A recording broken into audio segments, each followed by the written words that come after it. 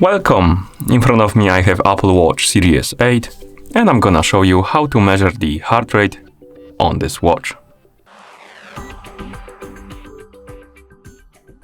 Before we start, if you want to get the most accurate results of your measurements, make sure to put your watch on your wrist, secure it tightly so it doesn't move around, and while you're measuring your heart rate, try not to move too much.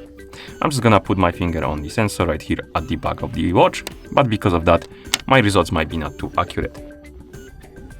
Now, let's continue with the measurement. So, first we need to wake up the screen on our watch, and you can do it by pressing any of the buttons or by tapping on the screen. Once you wake up the screen, press the ground button to open the menu. Now, scroll through the menu by swiping on the screen, find the heart rate icon, looks like this, and tap on it to open the heart rate widget or app.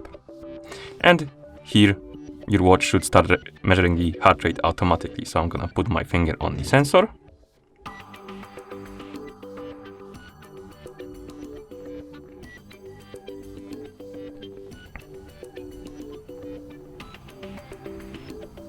As you can see, here we have our current heart rate, and this number might jump around, as you can see, because the watch is measuring the heart rate in real time, basically. So once you open the app, it's gonna start measuring automatically. And once it stabilizes a little, that should be your current heart rate. Okay, you can also scroll down on this page and see your resting heart rate. But for this, you need to have more data, so you need to wear the watch for the longer period of time. Also, you can check your walking average heart rate, also need more data, and that's about it. And once you're done, you can press the crown button to close the app and go back to watch face.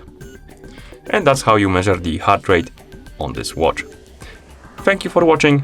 If you found this video helpful, please consider subscribing to our channel and leaving the like on the video.